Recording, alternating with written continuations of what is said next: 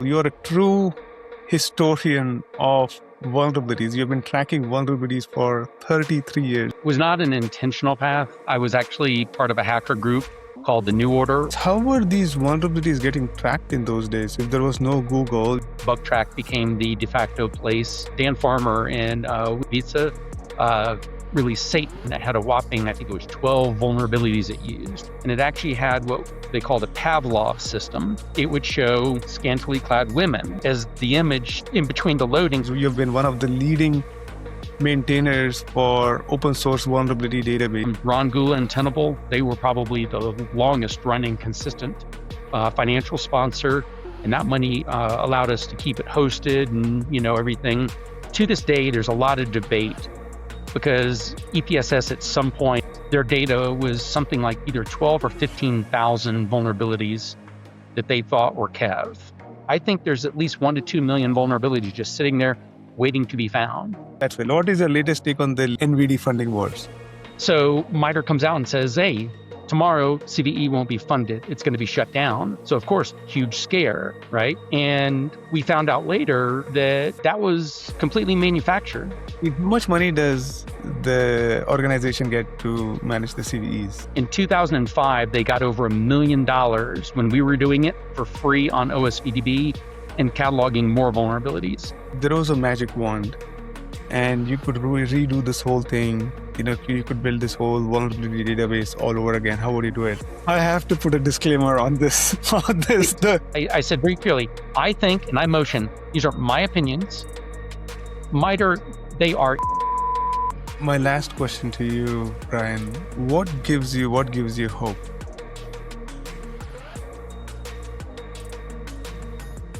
Ladies and gentlemen, please welcome Brian Martin, vulnerability historian at Flashpoint. We are live. Brian, it's so nice to have you on Noise to Signal. You're a true historian of vulnerabilities. You've been tracking vulnerabilities for 33 years. You've been one of the leading maintainers for open source vulnerability database. You've worked at some of the leading vulnerability management companies like Tenable and threat intel companies like Flashpoint. And it's amazing that you've been doing this for 33 years. And I would love to get started in terms of how did you get started in the business of vulnerabilities 33 years ago? And this is way back in 1993. So I would love to get started on that point. What happened in 1993 that made you get into vulnerabilities and research and vulnerability management? So it was not an intentional path. I was actually part of a hacker group in 93, 94, 95 called the New Order, or TNO. And one of the members of the group had been maintaining the basically collection of exploits we used to break into systems. And it just happened to be somewhat organized. And it was in, I think, late 93 that I took over that organization and then started standardizing it more, organizing, adding more notes. And even by that point, we had actually had 4 points of metadata so that we could quickly scan the list to say, well, this one's remote, this one requires privileges, this one's that. We had a legend for which operating systems they were for, whether it was like Solaris or HP or AIX or multiple. And it's kind of wild to this day. CVE, until basically like a year ago, still didn't have metadata. NVD had it, obviously, back, I think, starting in 2005, and just before that, ICAT, and there was one iteration before that. So that started introducing metadata, and that's basically why NVD took over the enrichment, which I know we're going to talk about, but it just fascinates me that so many databases to this day don't really do their own enrichment, and we were doing it in 93. So from there, in 96, I got my first job doing penetration testing. And obviously that list of exploits came in handy because we were able to use those during the test. So I had a pretty clean break between 95 and 96. And it was several friends and I, we all got a job at the same place. It was like, okay, we're done with the hacker days. We're we're legit. We're legit now. We are legit now. We got our, at the time, our dream job. We're getting paid to hack. This is amazing, right? I'm Um, curious, like, what was the quality of exploits in those days? Were those mostly trying to do a DOS, or were they trying to compromise systems on those days? I mean, sure, there were denial of service, but they were often used more for like just pranks, like, oh, you join IRC channel, and then you can use one of the denial of service attacks via IRC to send you a command and knock you offline, or even the classic in the middle of the channel, just put plus plus plus to make a modem hang up, that kind of thing, right? Most of the exploits were just pure remote compromise. So like the classic AIX, primarily, and it actually worked on a few other systems, but fruit dash FROOT. And the fruit bug we used to pop all kinds of AIX boxes all over. And then it's funny is 25 years later, there was a resurgent. There was another fruit bug here, I think last year. But then after that, there were just lots of local privilege escalations, and this was before really the days of buffer overflows. So they were, by today's standards, a lot more simple. Some of them were race conditions. Some of them, the race was hard to win. Some of them was easy to win. Others were using IFS and environment variables and all kinds of tricks like that. There were some that were kind of a hybrid local remote, but it was using NFS or NIS. So you had to have those utilities which are designed for remote functionality, but you could use those for a local privilege escalation. And then even back then, there were some of them that they weren't a chained exploit. It's not like you released an advisory saying, here's 3 vulnerabilities, 1, 2, 3, get your root. But by having that collection, you might be able to get bin privileges, and from bin, it was a lot easier to escalate to root or something, right? Um, so it was a very different world in some ways. Like by today's standards, it was very simple, but back then, before you had serious exploit development, before you had fuzzers, LLMs, before you had all of these tools, I mean, these were just a lot of really smart people learning the system. And again, this was also before Google, before Yahoo. We didn't have manuals to these systems other than the man pages installed on the systems if they were. Curious, how were these vulnerabilities getting tracked in those days? If there was no Google, you could not search for this. You could not find these.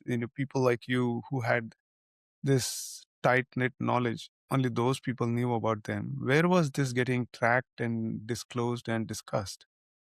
So, In 1993, 1995, this is like pre-internet days too, right? I mean, internet has not like completely gone exponential in those days. right. And this was pre-web in Yeah. 93.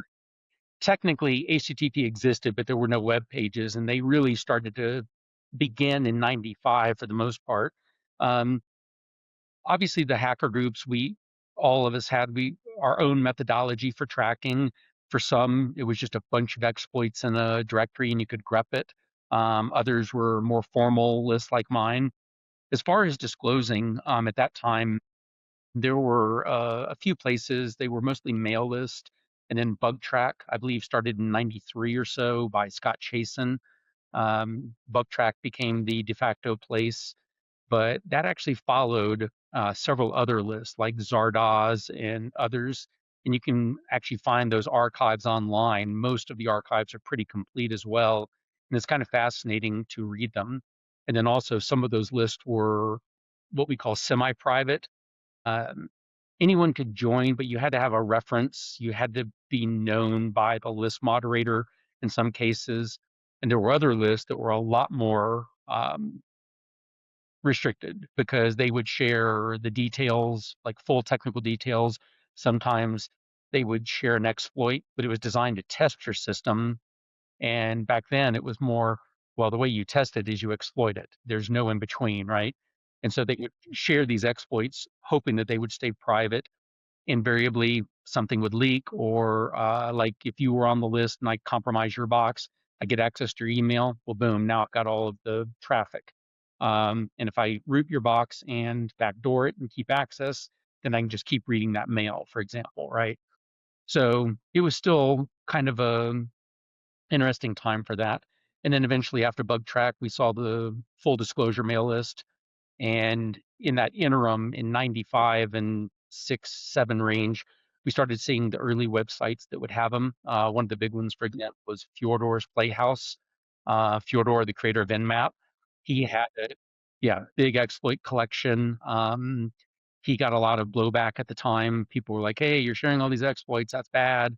And of course, that was back during the full disclosure debate. It's like, well, they can be used for good and bad. Here, you've got knowledge, you can patch your system. Here, you can use them, you can compromise systems. And that remains to this day. That's the debate that'll never die. Was there any discussion around creating open source vulnerability database back then? Because you had like the packet storm and the millworm and like Fedor's playhouse and the mailing list. Uh, because one of the things that you've done in your career, you were one of the lead maintainers for the open source vulnerability database. I'm curious if this chaotic early days resulted in creating the open source vulnerability database, or maybe there was something else to it. No. So HD Moore presented at Black Hat in 2002 the idea of that. And OSVDB didn't really take off until 2004. So before that, when we had Fyodor's Playhouse and a few other websites, and it wasn't just his, there were several. And then Packet Storm came along, and then Millworm, and then the successor exploit-DB. Those were the databases, so to speak, right?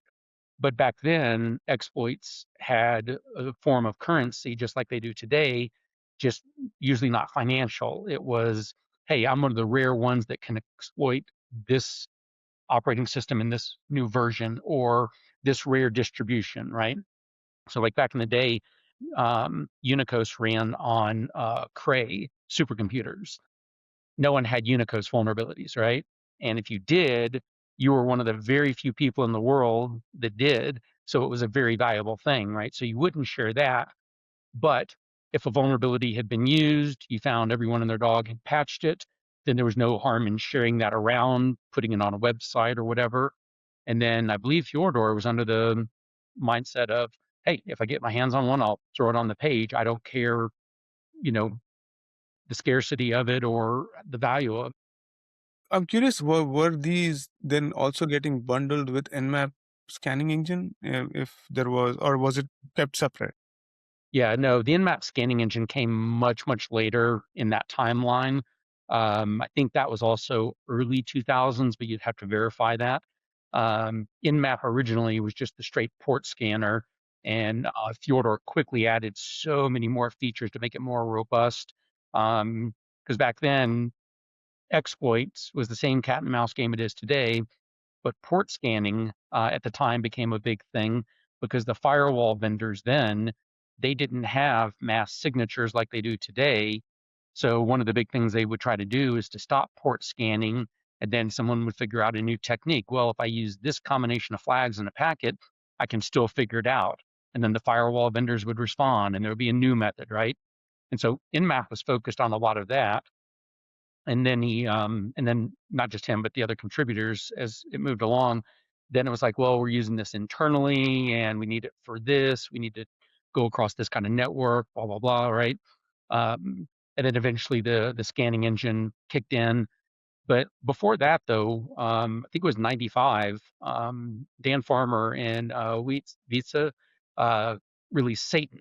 And that was a big deal. That was the first real vulnerability scanner, and it had a whopping, I think it was 12 vulnerabilities it used.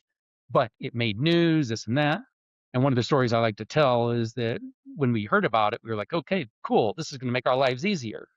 So we were using a compromised box that was pretty beefy, meaning it had a lot of RAM, I think multiple processors even at the time. And we went to install it. Nope, didn't work. Oh, crap, it needs this as dependency. So we installed it. Nope, didn't work. Oh, it needs this.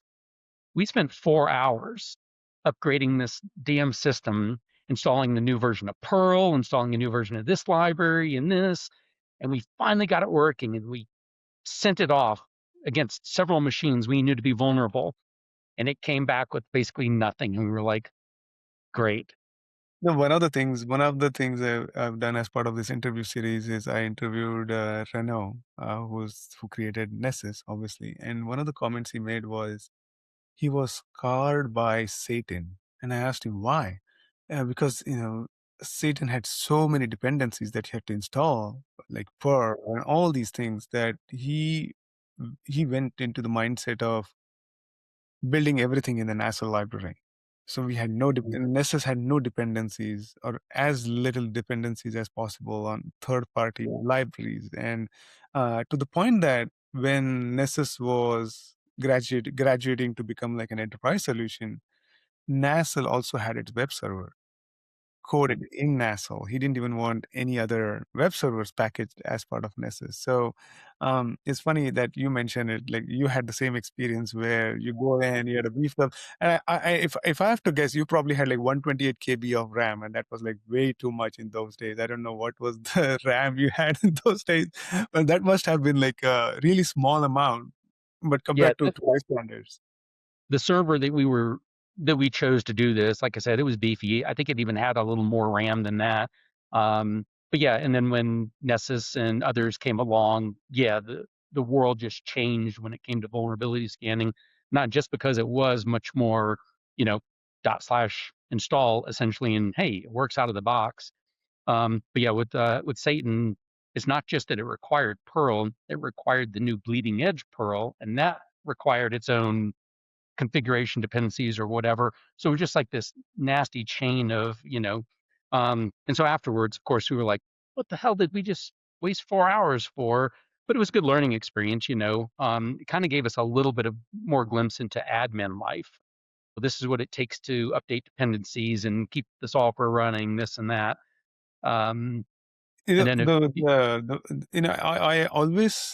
you were always the face of OSVDB. I didn't realize HD Moore had anything to do with it. And this is new information for me that HD Moore started OSVDB. And then I believe OSVDB started as open source, but then became commercial right, or so security or something. yeah, so 2002, HD announced the concept at Black Hat, and he created the initial site and part of the database, I think. And then a guy named Forrest Ray did a lot of the database work in the initial interface, which was in PHP. From what I recall, and Forrest, if you're listening, if I get this wrong, please correct us. But he used that as a way to better learn PHP coding, right? And so by late 2004, when I joined, the interface, it was slow, the kind where you would enter some data and you would wait. And it actually had what they called a Pavlov system. And so instead of you looking at just a regular screen, it would show not rated X or anything, but scantily clad women as the image in between the loading, because it would sometimes take 1 or 2 minutes to do this, right? I know, not very PC. The Pavlov system went We away, and should we should see if we can do the an archive search and see if we can find those and put that in the promo. you, you can. It was restricted. You had to be logged in. You had to be an approved user and everything. Like I said, it went away in short enough order. But then Chris Sulo, who's one of the two people that kind of took over from HD and worked with Forrest, those two were kind of the project leads at first. Chris Sulo, who wrote Nikto, another scanner that I gave Web occasional application. I contributions think to. what was the web application scanner or something else? And Yep. Nectar, yes. Yeah, and it was, technically, I don't think it was the first, but it was the first that really started having good coverage, looking for web app owns and everything, and all kinds of fingerprinting and everything. But anyway, so it was Jake Koons, Chris Sulo, and then I joined. I ended up doing a ton of the data work, and at one point, the the time between loads just got unbearable. So Chris was like, okay, well, let me go poke through the code. And he was looking at the back end, just the main, what we call the NDM queue where we work out of. And a couple days later, he says, okay, try it now. And I was like, holy shit, this is insanely fast. What did you do? He said, well, every time you were loading the page, it was doing a little over 500 SQL queries. It was like, Why is that? okay, huh? Why is that? Just the way Forrest had done it, it was doing just way too many queries. And instead, he cut a lot of them out. He made a lot of them more efficient. And so, yeah, he sped it up. And then a friend of mine, Dave, he said, well, I'm learning Ruby. Do you want me to take a shot at rewriting it? Jake and I said, sure. Not sure we'll actually use it. I swear it was less than a week, and he completely rewrote the entire system in Ruby on Rails, and it was lightning fast in comparison. And because we didn't have an actual true DevOps or that kind of thing, it was basically Dave would do it, do a quick local test, boom, production, right? But in the next year, he added so many features. And one of the cool things that we did back then, and to this day I'm an advocate of, is that if you join the project, even as a developer, we made you do the vulnerability work for a few hours. And back then, our term for that was mangling. You would mangle an entry up to 100% before it got promoted. And so you had to be a mangler, even if you're going to be a developer. And Dave did that. And we wanted that because it allowed them to better understand our work process and the flow of how information got in, what we had to do with it, and what it took to make it public, right? As a result, Dave not only added a bunch of great features, he came up with some himself. He was like, hey, this would be handy. One of which we use to this day, and by we, I'll get to the history of where that went, but that feature has become a cornerstone and vital requirement of the work we do. So for developers, I encourage you to use your products more than a lot of them do, right? Don't just start coding on it and be like, well, I can write unit tests. I can, I can fudge this test. Use the damn product. It makes a difference. So anyway, OSVDB, it only took a year or two before we had to put a commercial license on it. We were seeing a lot of signs that companies were using our data. They weren't contributing either manpower or money. And the concept of OSVDB was if every InfoSec professional would spend 15 minutes a week working on the database, it would be the biggest, most comprehensive, open, free database out there. That is true if it happened, but we had so little volunteers, we had so little financial support. Ron Gula and Tenable, they were probably the longest running consistent financial sponsor, and that money allowed us to keep it hosted and everything. Only one or two people ever took a little bit of money, and it was pennies on the dollar compared to like day jobs and everything. In all the years I worked there, I got a laptop. We did that 1 year so that when we were out, we could actually, work on it. But then at some point, like we had one guy that we figured out he was using our data, and we mailed him, and we had a fairly nice, hey, we noticed you're using our data. There's a commercial license. And he basically, I think we was on the phone with Jake and I, or maybe it was an email, but he basically said in so many words, is like, oh yeah, this data is great. I've already made $100,000 off of it. And we're like, how about helping the project, right? And he's like, oh yeah, how about I PayPal you $20? It's like, come on, right? And then later, we caught McAfee and another security company using our data. I wrote a blog on that about calling them out, just to make it very clear. It's like, we noticed this, right? And you guys Eventually, had a commercial, by then you had a commercial license. So you had a commercial license then, or was it not publicly, or was it like Apache 2 or some GPL license? so no, I mean, it was basically, it was free for personal use, commercial for commercial, right? And we never had any company actually pay us for the commercial license ever, I don't think. Mm. Maybe one or two, but again, a couple $1,000s a year kind of thing. It was nothing that would fund the project. And optionally, they could have said, hey, we'll give you a couple of our researchers for a few hours a week or something, right? Because we wanted the data. So 2011 rolls around. By then, it's primarily Jake and I. During that, there was the Open Security Foundation, which was the 501c3 that managed OSVDB, and Data Loss DB, which was data breach tracking. There was also Kelly, aka Liger, and Dave. They were board members at one time. Those two kind of faded out. Jake and I were left, and we said, and Jake was like, how about we take it commercial? I was like, okay, let's do it. So we formed Risk-Based Security along with his father, Barry. Even then, Jake and I were still such advocates of the open sourced idea, is that while we were doing the commercial offering under risk-based security, we were still giving that data freely back to the OSF 501c3, but not all of it. So if there was 30 data points in an entry, we were giving 10 away. By the first year, OSVDB was still our biggest competitor. We were competing with ourselves.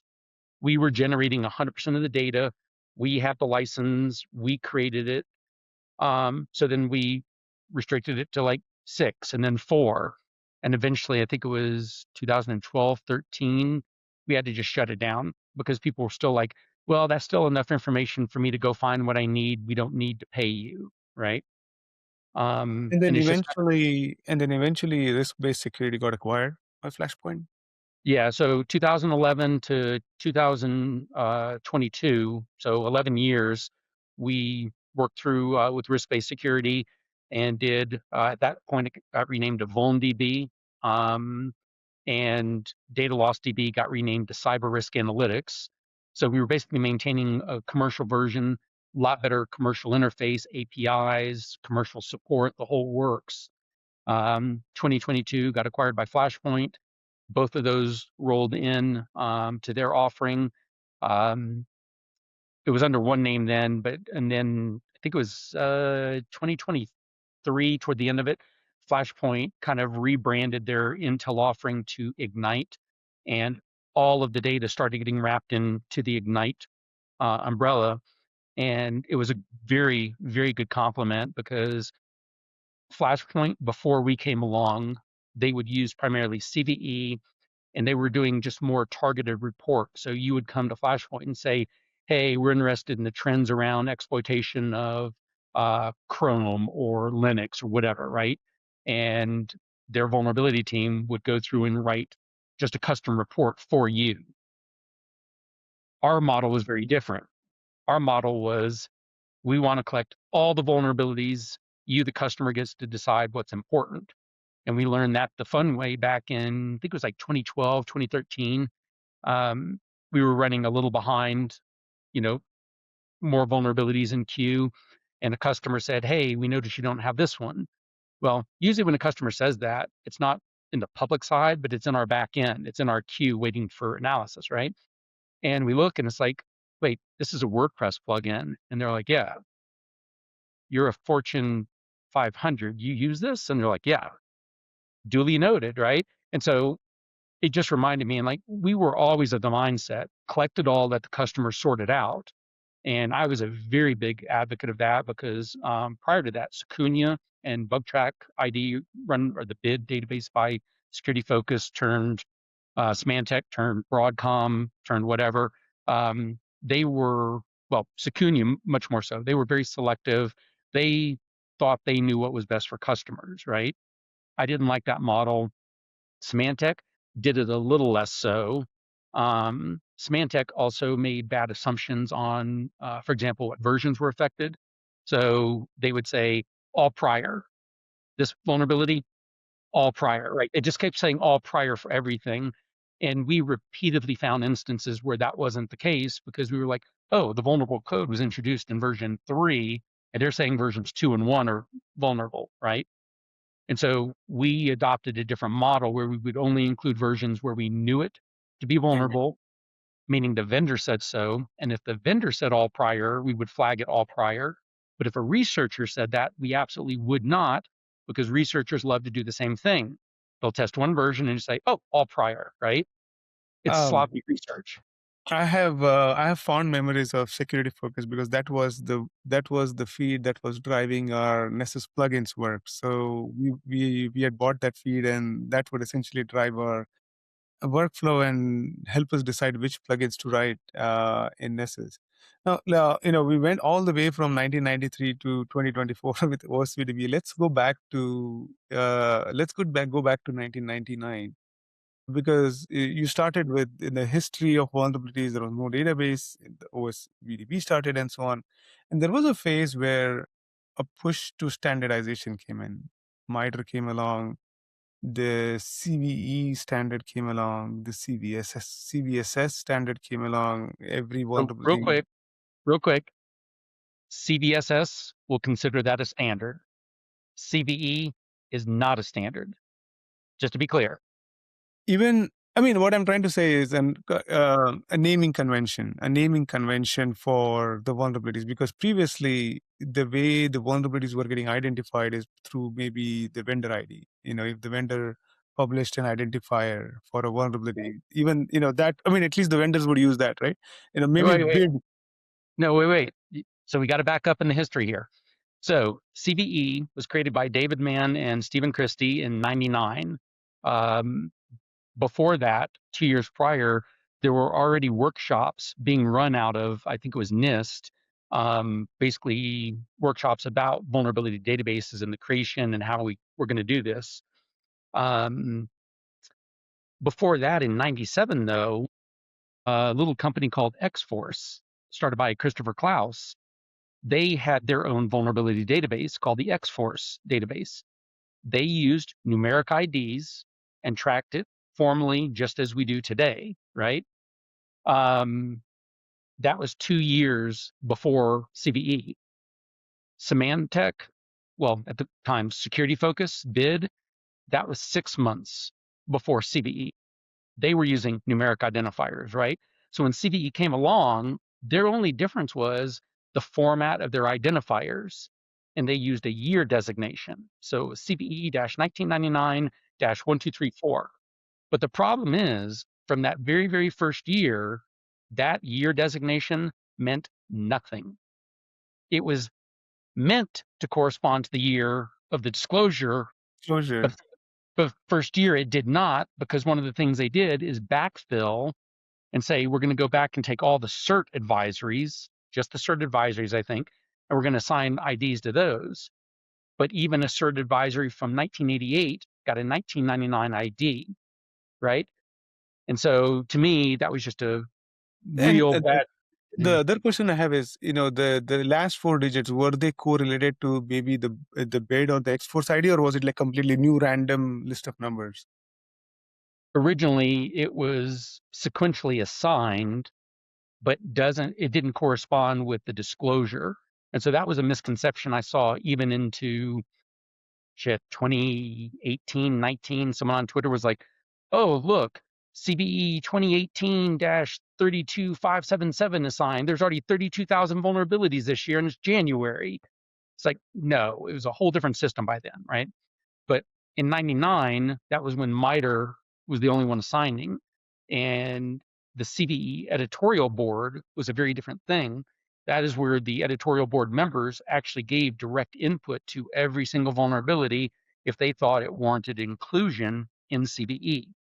And if you go into the Internet Archive, archive.org Wayback Machine, and you look at the old CVE entries, you actually get to see at the bottom of the entry that it says, so-and-so votes yes, here's why.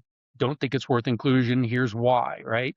So it was kind of a neat glimpse into the debate around, is this a vulnerability or not?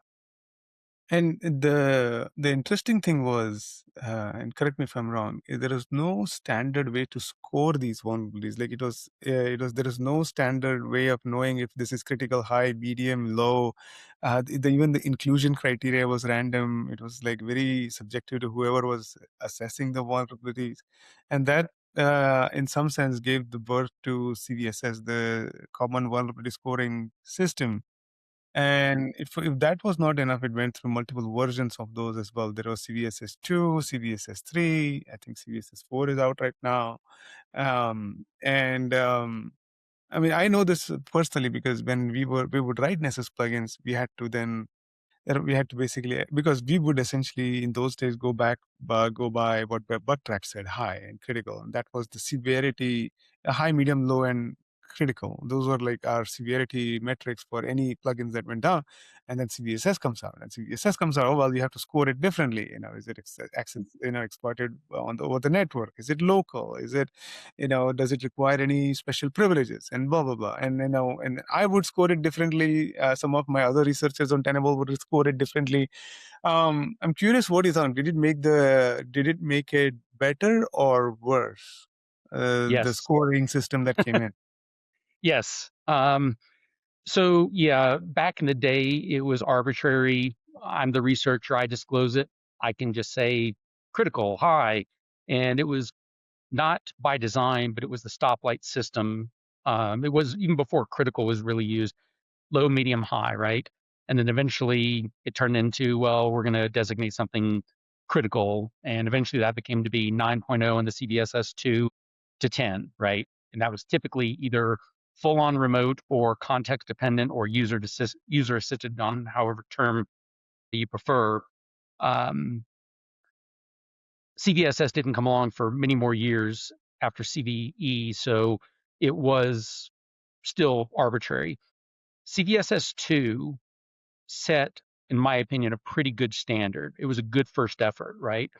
Little short-sighted in one area, did well in others where that is still carried on to this day. CVSS 2, for example, didn't have physical as a thing, like if you had physical access to the device. So instead, you would have to say it's local and access complexity high. Well, there might be another local exploit that required high access complexity, but didn't require physical access. So there was no way to differentiate the two, right? So V3, physical.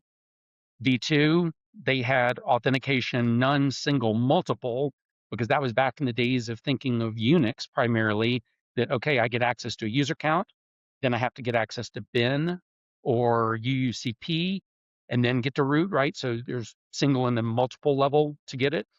And then later it became, no, it's none, low privileges, high privileges.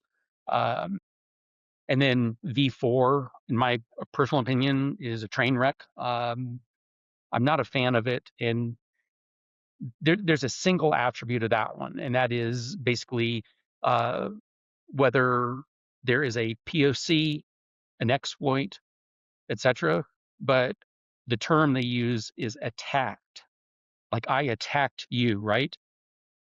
Most people think of that as, well, that's KEV, known exploited vulnerability. It's exploited in the wild. No, if you read the fine print, attacked means that if you write an exploit into a scanning engine, that's attacked, even if it was never exploited, right? And so that's one example that they went from not granular enough, more granular.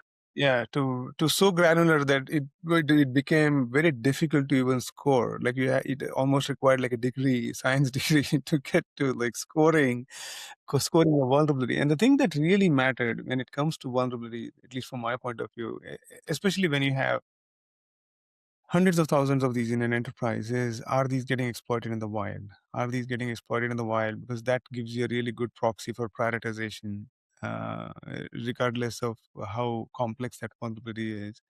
And even that aspect, I believe, is not completely well understood. Like there is the CISA KEV, there is the EUVD, then there is the VulnCheck CISA KEV, which is a free version, and then there is the Flashpoint equivalent of CISA KEV. So which vulnerabilities are getting exploited in the wild?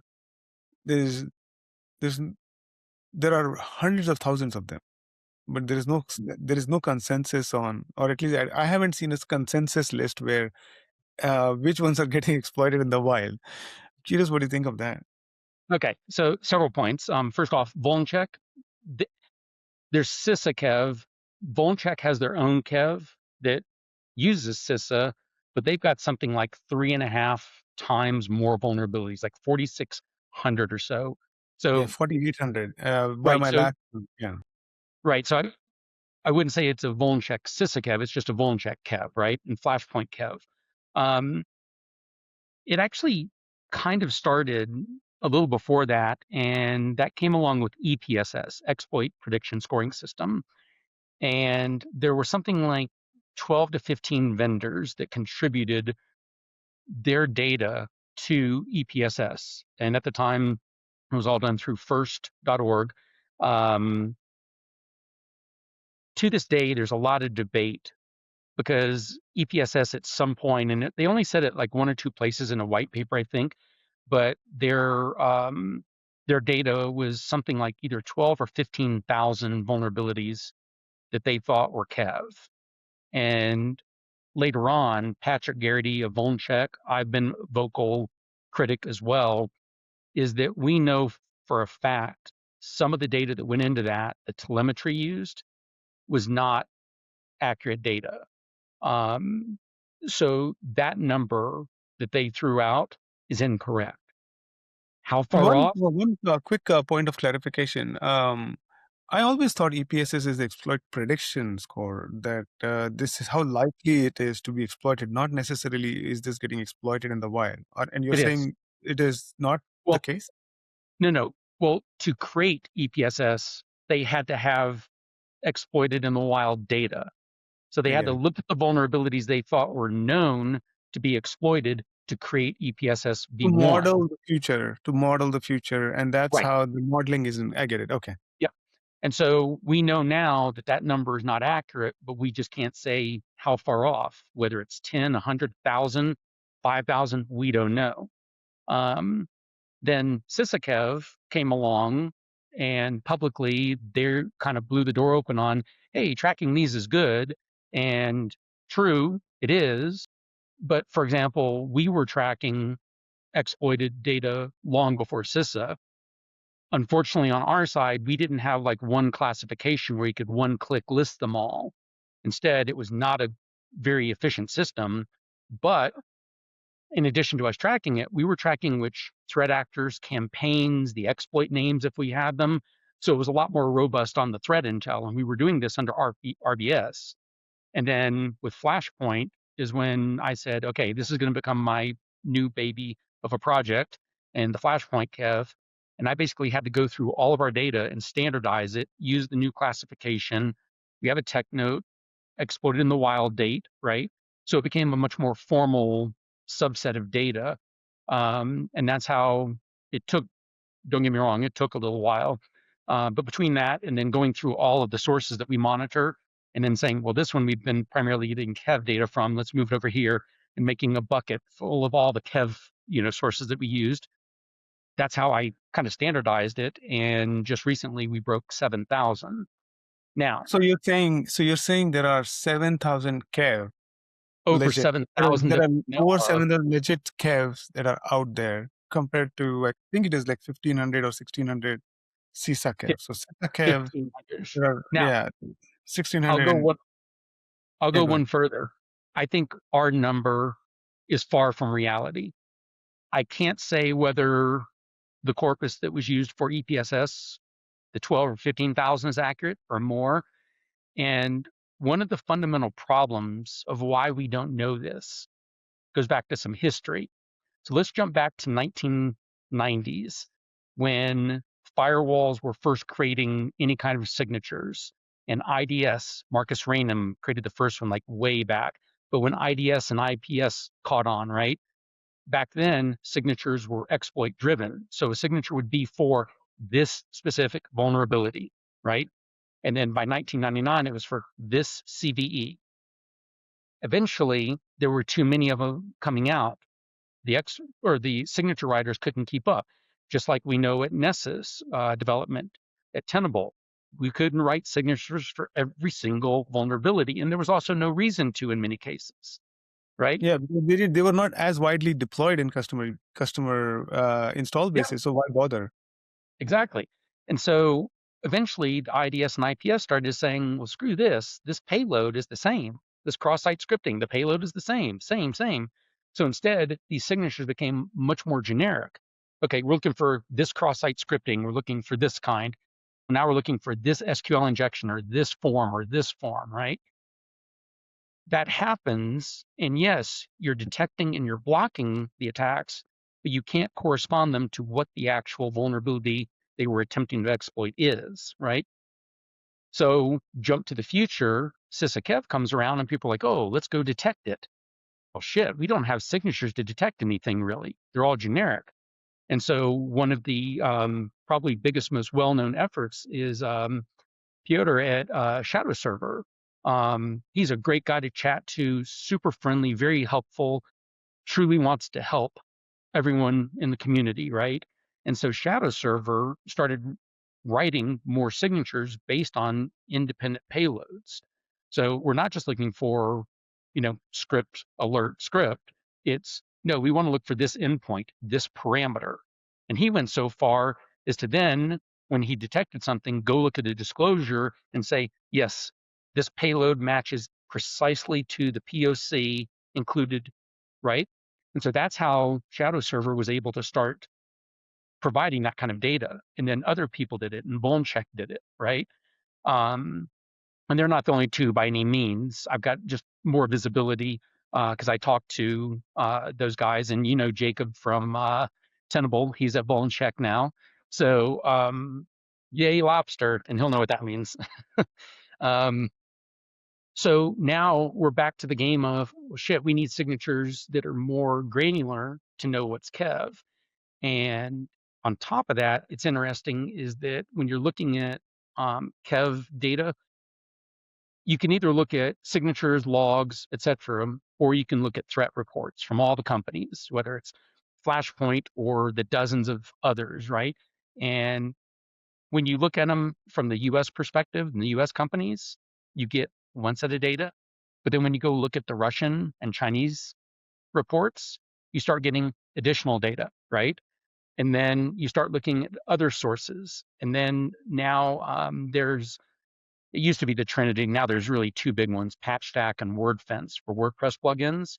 Both of them now are doing much more granular detection of WordPress plugins being exploited, because part of their model is not just finding and reporting the vulnerabilities or using a bug bounty system, but they actually essentially create WAF, web application firewalls, for their customers. So they're detecting all that traffic, right? PatchStack, the upside is they say this is known to be exploited. The downside, they don't say the first date they saw it.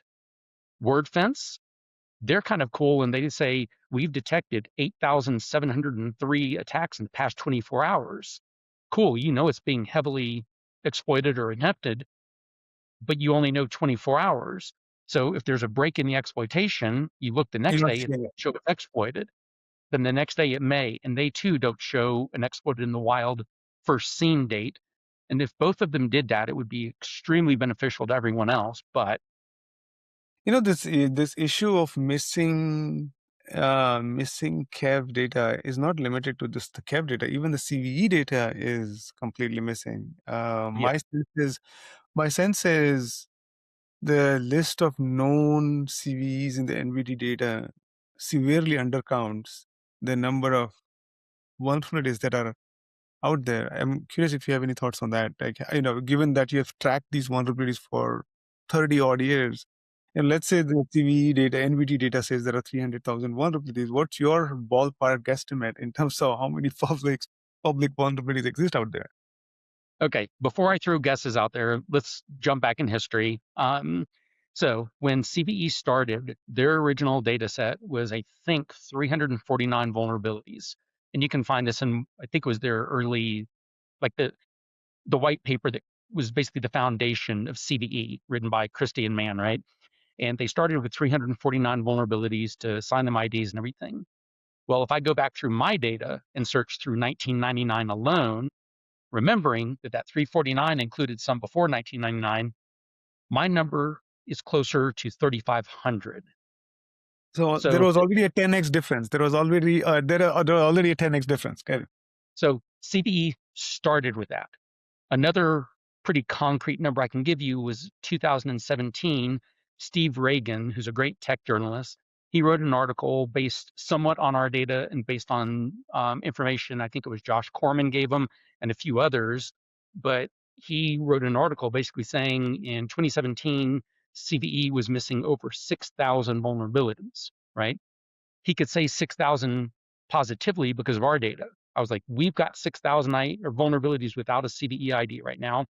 We knew that number to be higher as well.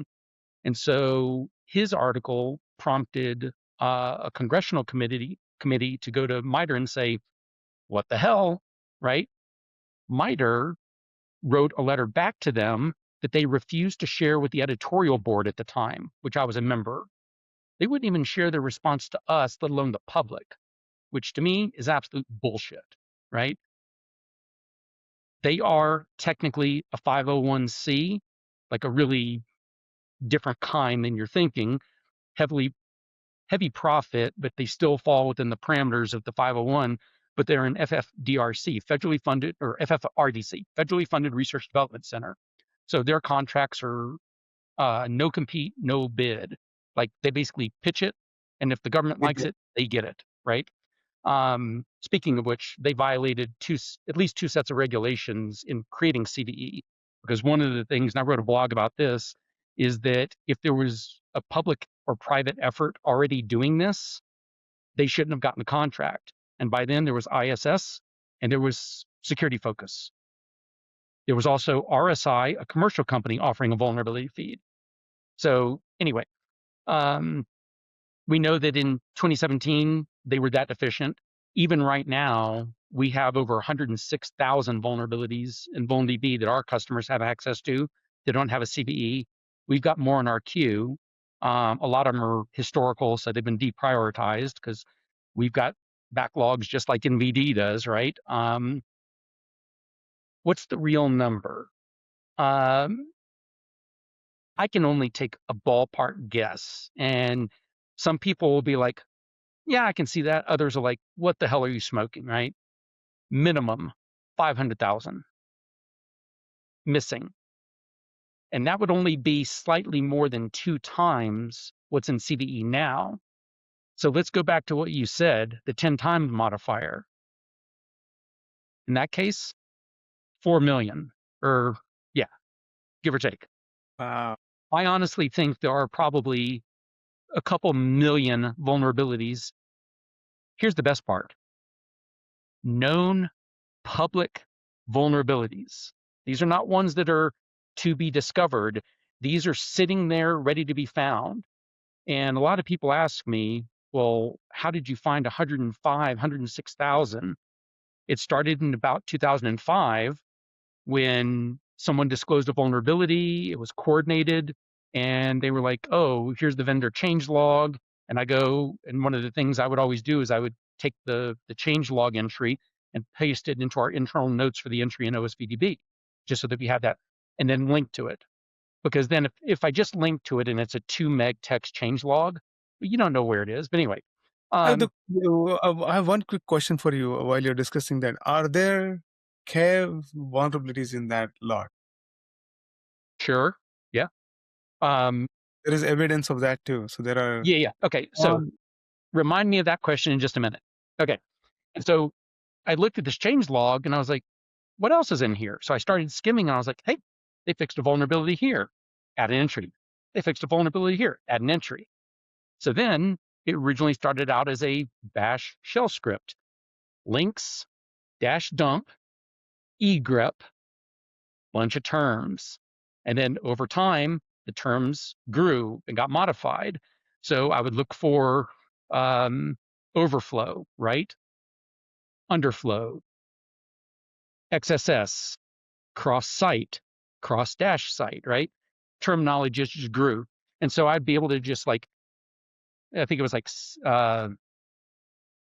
changelog parse or something, right? And I would throw it at your changelog and it would come back and the egrep would show me the line before, the line of interest, and the line after. So I had a little bit of context. So every changelog I got started doing that. Another time, someone linked to a bug tracker. What else is in this bug tracker? started searching for security, vulnerable, vulnerability, overflow, this, that, started getting more and more vulnerabilities. Then pull request, commit histories. If you go through these, you find a lot. And that's why I say, like on GitHub alone, I think there's at least 1 to 2 million vulnerabilities just sitting there waiting to be found. One of the tricks is you have to know not only the terminology, you have to know the common typos, misspellings. You have to know kind of coded words that they use because they don't want to say the word vulnerability. They're all sitting there. Question, I mean, so there are no identifiers for these CVEs or these vulnerabilities. There is no identifier. There is the comment, maybe a git commit, hey, security bug, security fix, and then something. But now there's GHSA, which is becoming more common. So that's the GitHub security advisory. And there's actually 2 flavors of that. There's what GitHub and their security team does, because they write like quick advisories, a lot of automation around it to capture all the CVEs and more. But then if you have a project on GitHub, you can create your own advisory, right? And the big difference is that you can use whatever format you want to a degree, and it's the URL scheme because it'll be github.com/mahel/ whatever your project name is / I think security / GHSA, right?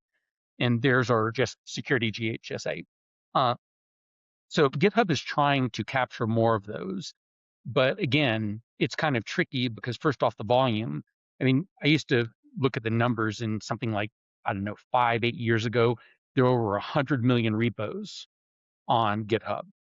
Trying to search through all of those terminology, avoid false positives, being able to read the commit I can message. see how you can get to a million number from here. I can easily see how this gets, and I can easily see how this gets to a million in number. One thing I've noticed in recent times is there are organizations that want credit for the vulnerabilities that they found, and because there are so many of them, how do you get the entire community and industry aligned and freaked out about some major vulnerability that goes out? And I've personally done this. I'm guilty as charged, because if your company or your finds a new vulnerability, you want everyone to know, hey, we found this, and you guys need to be shit scared about this vulnerability and go fix it.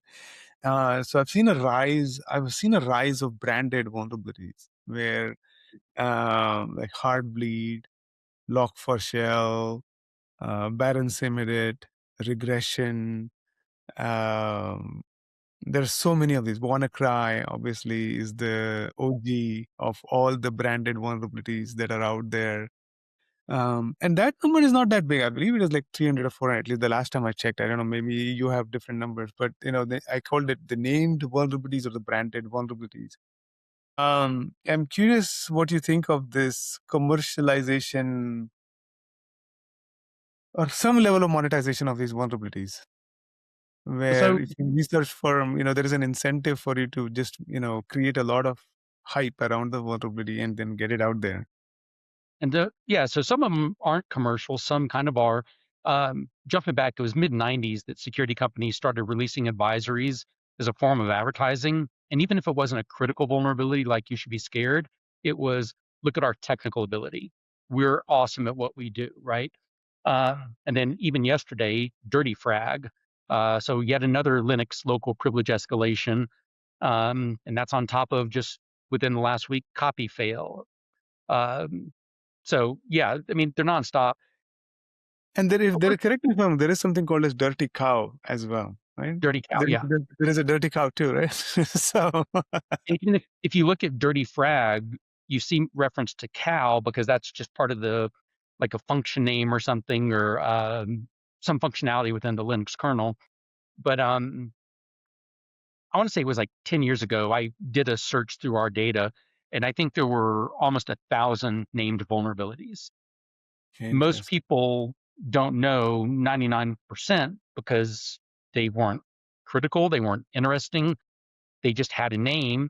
But then even back in the 90s, it was actually the denial of service tools that was really when it got popular to name them. And you had bonk and frag and, win nuke and all of those, right?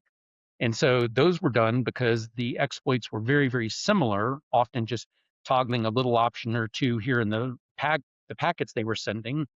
And so instead of trying to look through the code and figure it out, you just had a name, right? And that caught on. And so I would say that that's kind of the precursor to where we are today. Now today, they're getting their own website, their own logos, this and that.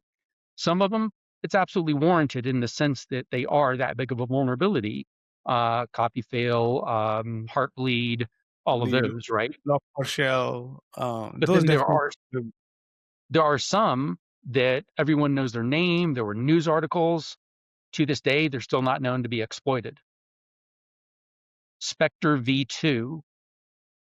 If you go look through all the threat, if you go look through all the threat reports, Spectre V2 is mentioned. There's half a dozen places where the wording implies that it's exploited in the wild. But I actually go to these companies and say, can you clarify this wording? Did you actually see this exploited? And invariably, they would come back and be like, oh, no, sorry, we were using this as an Old example. one. Right. Yeah. You've seen so many vulnerabilities, in your career. What's the all-time great vulnerability for you in terms of like the exploitation that you see or have seen in your data? Uh, Yeah. So they don't have a name. There's yeah, two. funny enough, right? It doesn't have a name. The OG of all the CVEs probably doesn't have a name. Yeah. So one of them is 2017-0192. The other one, I'd have to look. It's I believe it's 0199 because I also did this research. 199 Now, and 11882. Yeah. yeah. So they're both Microsoft Office vulnerabilities. I actually wrote a blog about them, I think 5 or 6 months ago. You should after this recording, you should send me the list of all the blogs because I'm going to put that in the show notes. So make sure Sure. so that it is like for the historical record. Let's make sure all these references are linked in the show notes. Yeah. Please go ahead. So Sorry. the gist of the blog is reason number 254, reason for why InfoSec has failed.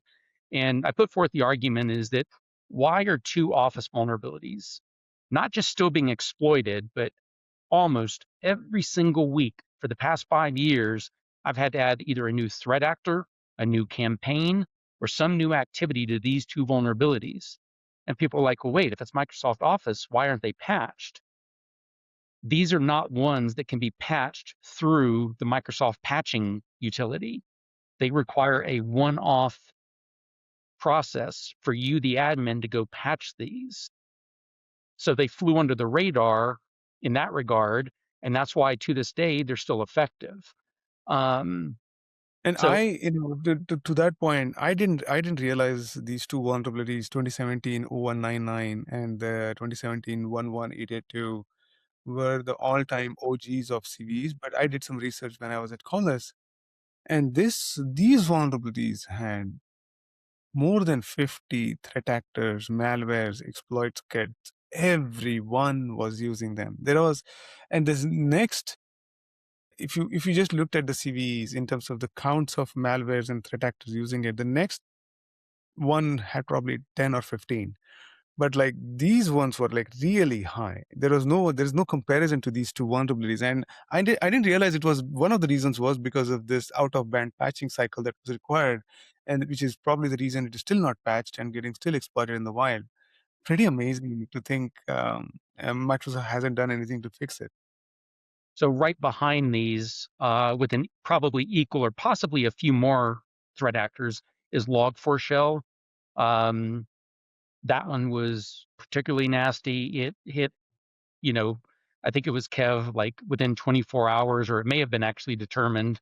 It was technically a 0-day. And so 0-day has, and this will sound weird, but up to 4 different definitions. And I haven't written my blog on that.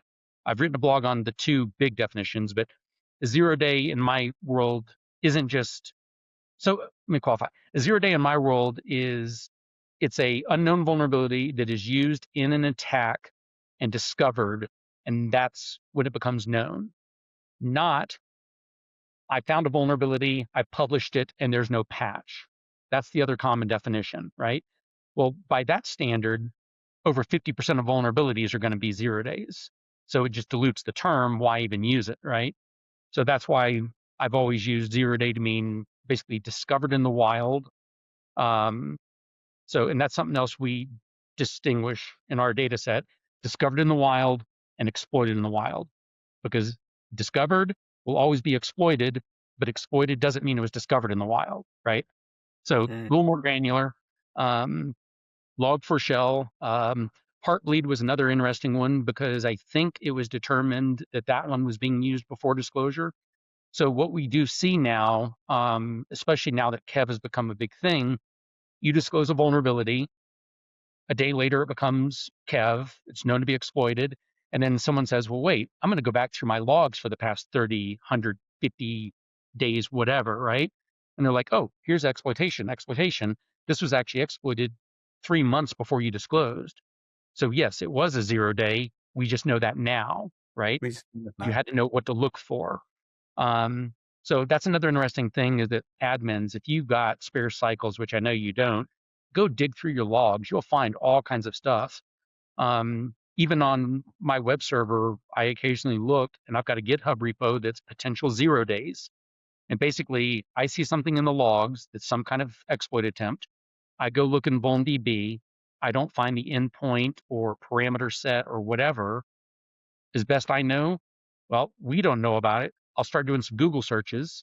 If I can't find anything, I post it there. If I can figure out who the vendor is, I'll contact them. If I can't, it's on an open issue. Hopefully someone else will chime in with info about it, right? And I think I've got 60 some, and I barely even look at my logs, right? So that's why I say the actual Kev is going to be a lot higher. The amount of 0 days, it's going to be a lot higher than we know. So let's switch gears, bring this history podcast to modern times. You have in your, I read your commentary on the NVD crisis, the funding crisis, the funding wars, and I believe there is a new version of the funding wars recently. And because I think there was a version of it in 2024, there is a version of that in 2026. And I know you have a lot of things to say on that. So how about we riff on that? What's your take on the latest version of the funding wars? Or Okay. let me put it that way. What is your latest take on the latest NVD funding wars? So let's actually start with the first one. I think it was 2024. There was the CVE funding crisis, and basically MITRE waited until the night before the contract for CVE was to be renewed or not renewed, that they've told the board. Again, they don't even share with their own editorial board, which is a community volunteer effort, kind of a steering committee, which MITRE doesn't listen to for shit, in my experience. I was on the board for 10 years. So MITRE comes out and says, hey, tomorrow CVE won't be funded. It's going to be shut down. So of course, huge scare, right? And we found out later that that was completely manufactured. Like, that could have been avoided because that contract was done through DHS, but specifically CISA. CISA is the one that was giving MITRE the money. CISA waited until the night before to say, okay, we'll fund you, right? I can't prove this, but I know enough about MITRE and CVE and a little bit about CISA. I think there was basically a political power grab about to happen, that CISA was probably considering taking over that contract. That's my guess. So jump to 2025, everyone's like, is it going to be funded? Is it going to be funded? It quietly got funded, right? CISA decided, yes, we're going to keep funding MITRE for the next year, but there weren't a lot of big articles. It was just, and that's because that's how it works. It's just that CISA had waited until the night before, or like the next morning, to say, oh, we'll fund you. And so they came out as the saviors of the program when they were the ones that caused it, right? But the 2026 is final, right? The funding has genuinely stopped. Well, no, funding for CVE is clear through 2026 to the next fiscal year. So that would be April of 2027. In prior years, it was actually a 2-year vehicle that funded it. And also it funds more than CVE for that contract. It's CVE and a couple others, and it's changed a bit over the years. But I just don't understand, why wait to the last minute? Why create that scare? On the upside, that did lead for the European nation to say, okay, we've been working on our vulnerability database for a long time. And it was the next day when CISA's like, oh yeah, we'll step in and save the day. EUVD, the European vulnerability database, they launched officially, right? Now, it is a 99.9% clone of CVE to this day. They've got 4 more Kev than CISA, so they're basically getting CISA's data. Efficiently. But the other initiative that started was GCVE. And GCVE is basically saying, okay, we can't have another funding crisis, so we're going to do it ourselves. They do have their own funding. They use CVE data as well as their own data, so they're starting to collect non-CVE data. And in fact, just 2 days ago, CVE minted them as a CNA, meaning a CVE numbering authority. I think it was GCVE they did. No, I'm sorry. They did CERC. I think it's a Latvian cert body, but if you go to their webpage, they've got all the GCVEs listed in addition to the CVEs. So they're And now a quick well, real question: quick, hang the on. GCV. Go ahead. And Wait, is it a commercial or non-governmental organization? That's the one clarification I wanted. well, their government, but now that they are a CVE, in theory, they can start assigning CVEs for the GCVEs that don't have a CVE ID. And I know that sentence is a cluster bomb, right? So it's all very convoluted, right? Then with NVD, and oh, by the way, real quick, I want to make this clear, and I've said this many times in the blog because I've done the FOIA request.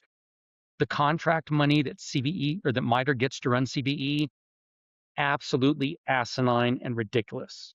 It's way, way too much money for what they do. How much I do they get? personally, So how uh, much money does the organization get to manage the CVEs?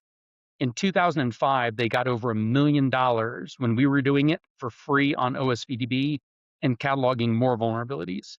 It was 2017, 18, and my FOIA requests are either on my blog or in Mudrock or whatever it is, Muckrake. Anyway, the FOIA platform, which is brilliant, by the way, use it. Then they were getting over 5 million, and that was for 3 things, including CVE, but the other 2 were very minor in comparison. So a bulk of that money went there. And NVD, who's enriching that, was getting, I think in 2025 or just a few years ago, $6 million. CISA doing their enrichment and their Kev, I don't know what it is, but call it another million.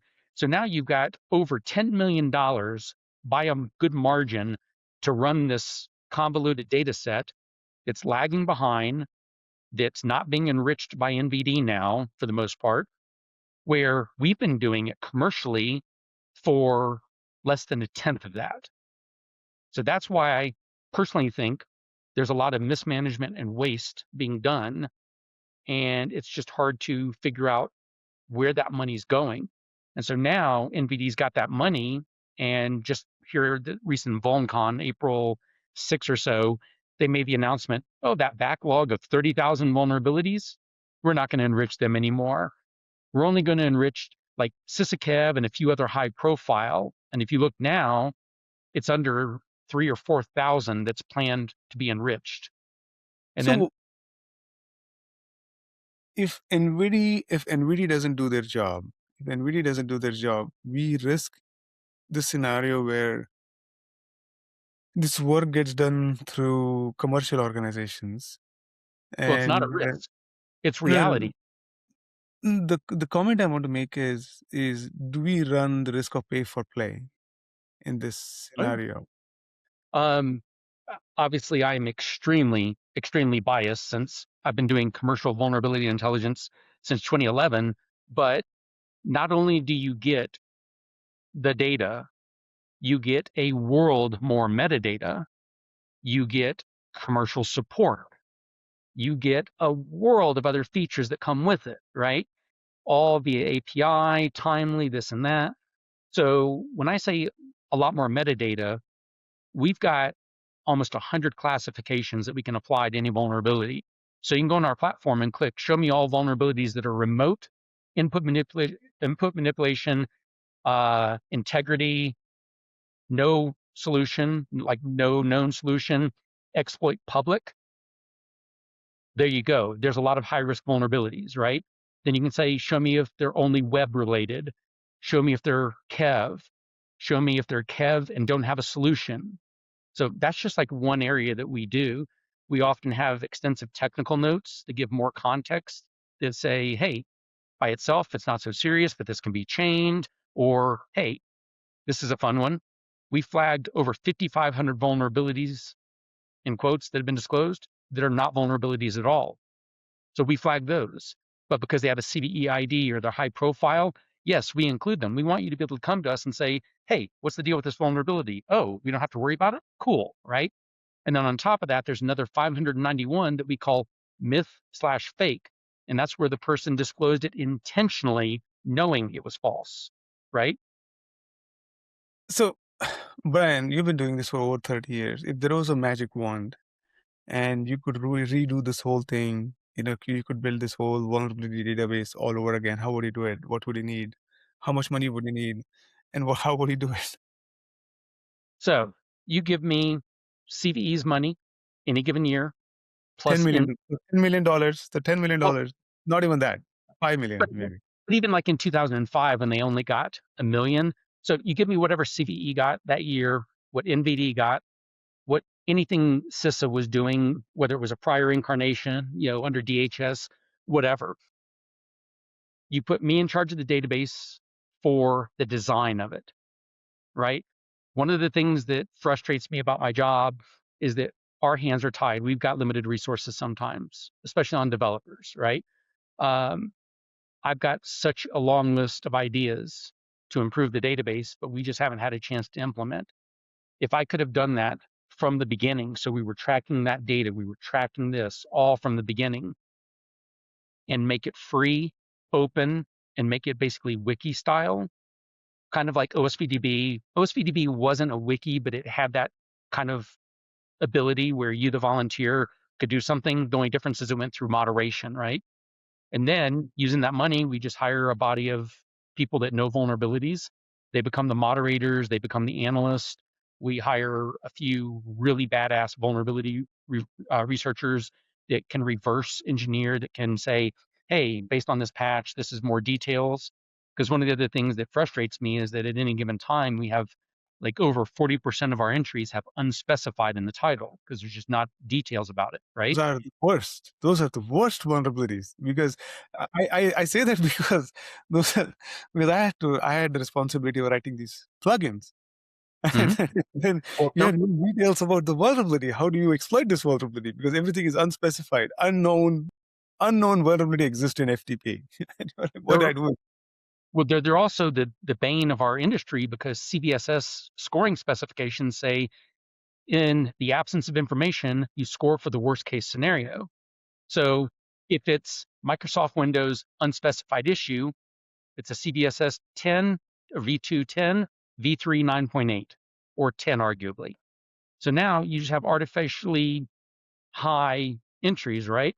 And that became a huge problem a few years ago when Linux kernel became a CNA. And then we started seeing the flood of Linux kernel CVEs. And it wasn't until just like, I don't know, last few weeks that they said, yeah, we're going to start scoring these on our own. But before that, they were of the mindset, oh, well, Linux is used in way too many things. We don't know how it can be used. It's like, okay, dumbass, read the damn specifications. Score for the worst. Worst case scenario, whether it's on a satellite or a toaster, like they like to say, I don't care. Just provide the score. But it was a big cop out. I've got a big blog on the Linux CNA and the red flags around that. I'm I'm curious what you think is the future. Does the future look like? I mean, the CVE was designed for very human-centric discovery and reporting, and now we are getting into this AI age where these models like Mythos, they can find 10,000 vulnerabilities that are 20 years old sitting in the code bases. I don't know what to expect in terms of how many of these will come out. If these types of, if the models are able to find these vulnerabilities at scale, how do we identify them? How do we even track? What do you think is going to happen when these models start to find these vulnerabilities? How do we track them? Does a vulnerability database even make sense at that point, or is this going to be like a vulnerability database per model? Like this model found these 10,000 or 10 million vulnerabilities. I'm curious, Okay. like given somebody like you who's been here for 30 years tracking this so closely.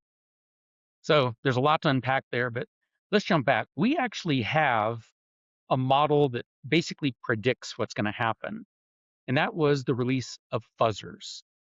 So when the first fuzzer came out, or the first big one that a lot of people know, AFL, when AFL came out, it was used heavily on especially third-party libraries. And if you go back and you look at all the, and like Michael, I think is the one who created AFL, he originally had a page where he was tracking, oh, look, people used AFL to find this. Not a chance he could track it even after a month because it was finding so many vulnerabilities. And it was usually credited in one way or another in like the GitHub issue with the pull request because the output was there, right? And then ASAN output, right? So we know basically what the fuzzers led to. And it was a huge jump in vulnerabilities in these third-party libraries like ImageMagick and everything, right? And so you see their vulnerabilities like this, and then boom, huge spike when the fuzzers came out. And then you've got a long tail because the fuzzers eventually they run out of things to find, right? It goes back to human creativity. Oh, this is what the fuzzer missed. Or a new fuzzer with new ideas comes out, right? Same thing. Here's the vulnerabilities. Now we've got the LLMs looking, right? And we're going to have this huge spike, and it's going to be a lot bigger than the fuzzers were because it's not just fuzzing, it's going through more complex code trees, right? And that's how it's able to find some of these vulnerabilities along with stupidly simple ones. So yes, we're going to see a big spike. One of the things that's the biggest concern, and fortunately Anthropic with their Glasswing and the Mythos tool, they've been a lot more specific about this, is verified vulnerabilities versus false positives. Because that's the big concern. You throw a fuzzer, you're going to get some false positives. You throw an LLM, you're going to get FPs. It's going to happen. If we waste too much time trying to figure out the FPs, we're buried in that, and we don't have enough time to actually concentrate on the ones that matter, right? So this is a message for anyone that's doing any LLM work around finding vulnerabilities. Put in some kind of test or series of tests that will make sure it's a valid vulnerability, or you are reasonably certain. And by that, I mean, get someone that knows security and vulnerability research on that team, not just someone that writes LLM software, right? Make sure they agree with you that, yes, this is now finding true vulnerabilities, not false positives. That's the big first thing to make this reasonable. Now, how do we track it? The easiest way, and if MITRE hasn't already reached out, they're the idiots I think they are already, they need to reach out to Anthropic. I have to put a disclaimer on this. The opinion, the opinions are of the guest, not the host. So I just want to put a disclaimer. Yes, and you'll notice that I said very clearly, I think, and I motion, these are my opinions. MITRE, they are idiots. I mean, that's proven long time. It's in my blogs, my opinion. I've got the evidence. I bring the receipts. Anyway, they hopefully by now have reached out to the Google Gemini team, to the Microsoft Copilot team, to ChatGPT, to Mythos, to all of these tools, right? To say, hey, you should be a CNA so that when you're using the tool to find it, at least when you use it, you're going to start assigning IDs. Fortunately, with Mythos, that tool was shared with something like 10, 12 companies to start. Most or all of them are CNAs themselves. So when we saw the big spew of Mozilla Firefox vulnerabilities, 271 or whatever it was, all had CVEs. Microsoft, Patch Tuesday, they're starting to show Anthropic was involved in some fashion, whether it was an Anthropic researcher or whether it was one of their tools, Claude or whatever, right? There are efforts to track which of these vulnerabilities were discovered by that Patrick Garrity. He's got an open source list anyone can contribute to, trying to see, okay, how prevalent are these? Because with that, he and everyone else that does kind of the meta-analysis of the CVE data set can then start to track what does this look like, right? If they're not CNAs, they need to have their own ID scheme. And they should also not just have a number 1, 2, 3, 4. It should actually be like Claude-1234, Mythos-1234, right? Let us know more granular what tool is finding this, right? Same goes for Copilot and Gemini and ChatGPT and any other LLM out there, right? And also, side note, it's fascinating the number of vulnerabilities being discovered in LLM software. It's insane. There's even a website that says, how many days has it been since there's been a vulnerability in OpenClaw? And it's almost always 0 because there are so many damn vulnerabilities in it, right? And so it's kind of a weird mixed world. Go ahead. No, so the question you bring up this, the naming scheme is perfect. I think, Claude, the company name dash model name vulnerability identifier makes total sense to me. I guess what I don't understand, or it's not clear to me, is how do you reconcile the duplicates across the models? Like, Codex also found the same vulnerability, Claude found the same vulnerability. You don't want 10 IDs for the same vulnerability that was found. So I guess that part is not clear to me, and how that gets resolved. So actually, 1999, that is exactly what CVE was created for. The entire purpose of it was to give a global unique identifier that would tie into ISS, to security focus, to this, to that. And that's why for almost 25 years, CVE was a boring flat data set with a description and references and nothing else. And then, by the way, in 2015, Steve Christie, who did a wonderful, brilliant job maintaining CVE early on, primarily in the descriptions, because he was a perfectionist. When he moved off the CVE team, that's when we saw the description quality steadily go downhill. And then it was like 2018, 19, MITRE started letting the person who found the vulnerability write the description.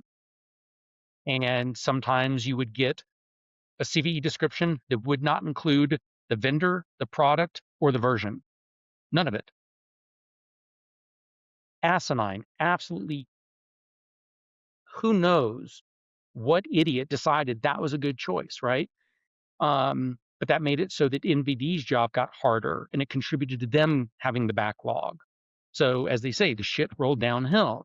And then when NVD has the backlog, well, people use the NVD data to secure their systems because the CPE was the way that you did it through programmatic, consumption, right?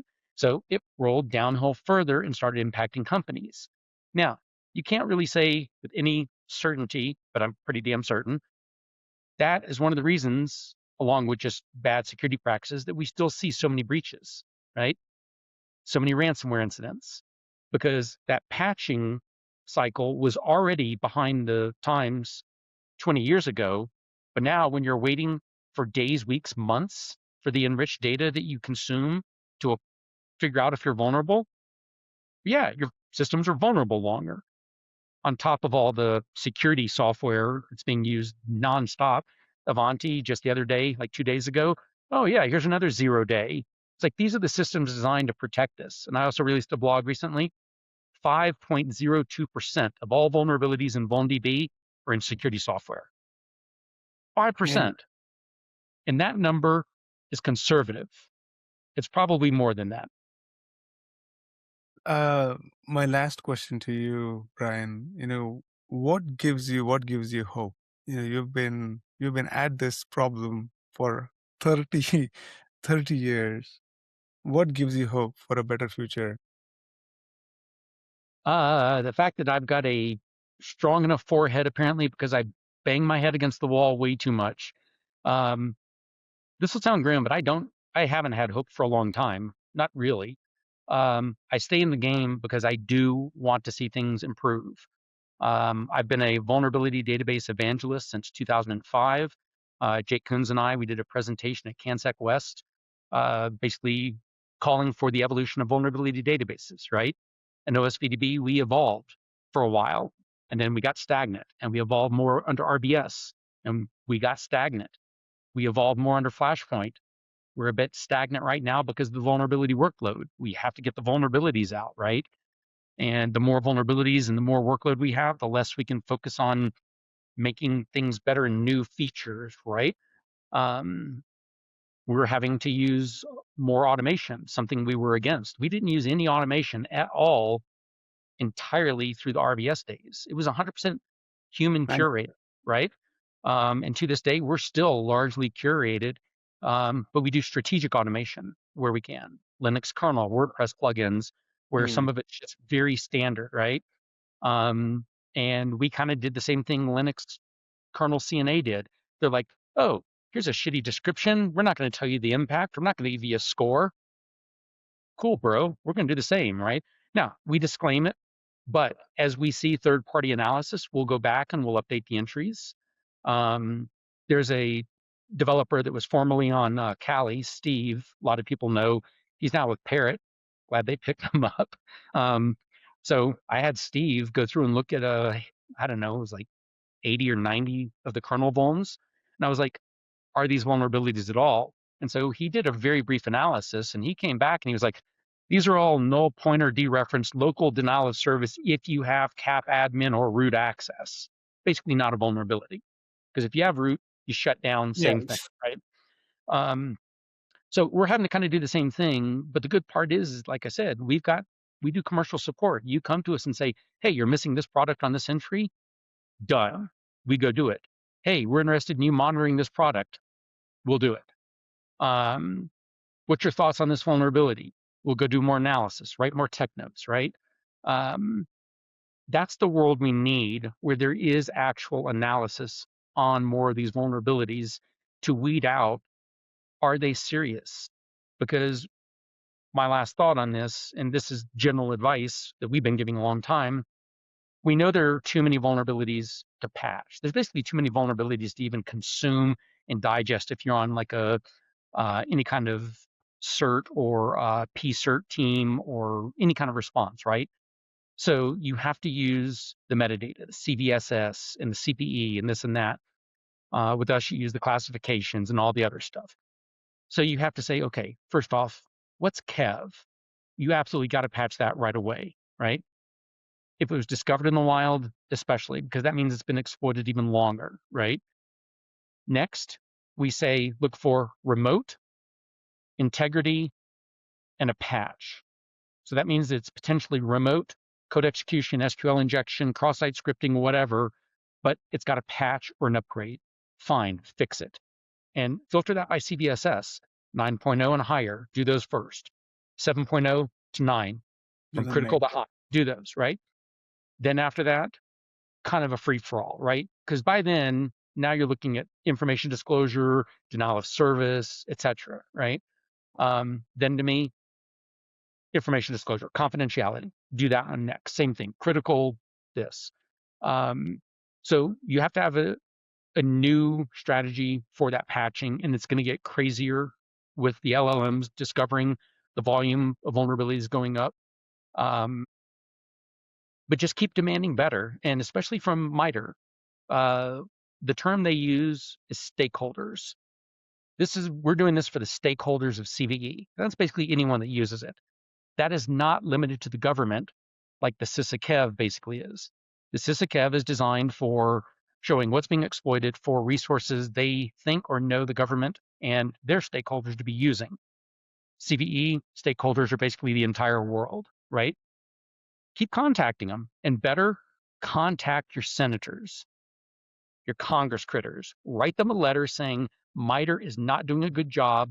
They need either their funding withheld until they improve, or open the contract for other people to do it, or roll it under CISA, and then take NVD's money, roll it into CISA, right? Take all of it, move it into one body. That's the biggest problem with what I call the CVE ecosystem, because it's not just MITRE, it's not just NVD, it's CISA. You got three bodies, and you've got this weird pipeline. It's almost like it's like a three-body problem. It's like a CVE industrial complex. That's a perfect analogy, because slight spoilers in the book, but not really. And definitely read them. They're a fascinating series. But so, by the way, we didn't talk about that. So you're also coming up with a book. You're also coming with a. Wait, is real that quick. the book you're referring to, or some other book? Hang on, real quick. I want to compliment you on that analogy, because what happens in the three-body problem that they're trying to solve? Everything explodes. The world ends. The CVE funding crisis, as far as the vulnerability ecosystem goes, that was a world ender to a degree. It's like, what happens if 99% of organizations lose their vulnerability intel overnight, right? So that is a great analogy. I love it. If I use it, I'll try to remember to credit you. So yeah, I think it was 2000, low 2000s, whatever. But I gave a presentation called, at the time, 110 Years of Vulnerabilities. And people were like, 110 years? Yes. It goes back to the Marconi wireless telegraph. Please watch the first 10 minutes of my presentation. You can drop the rest if you want, because that is a fascinating story. But basically, the Marconi wireless telegraph was invented. It was going to be demonstrated to the world in a live demonstration, sending communications 300 miles apart.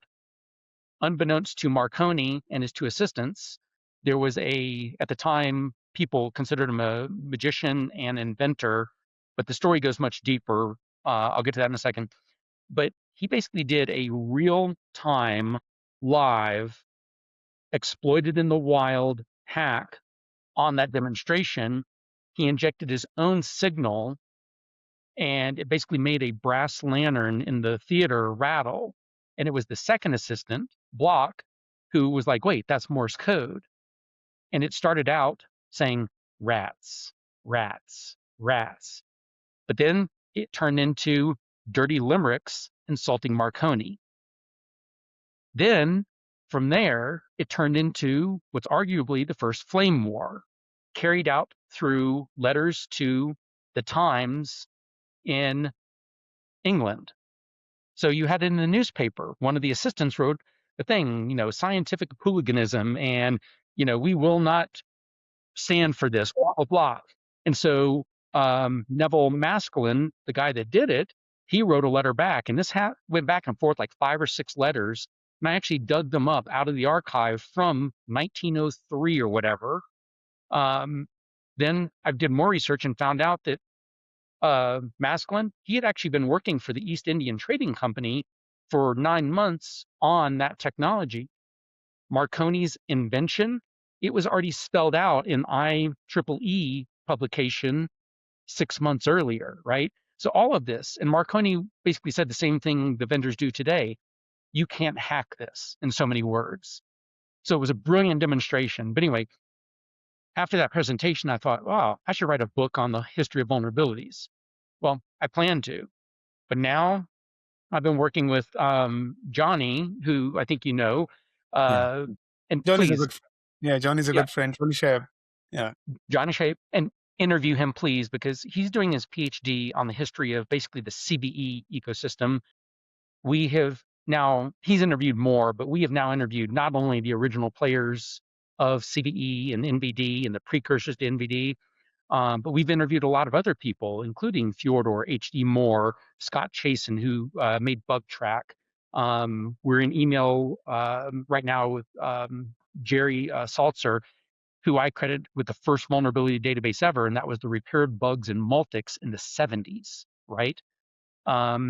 So we're doing some fascinating work, and I told Johnny, I was like, well, shit, you should be a co-author, and we'll do not just the vulnerabilities, but we'll write about the history of vulnerability databases as well.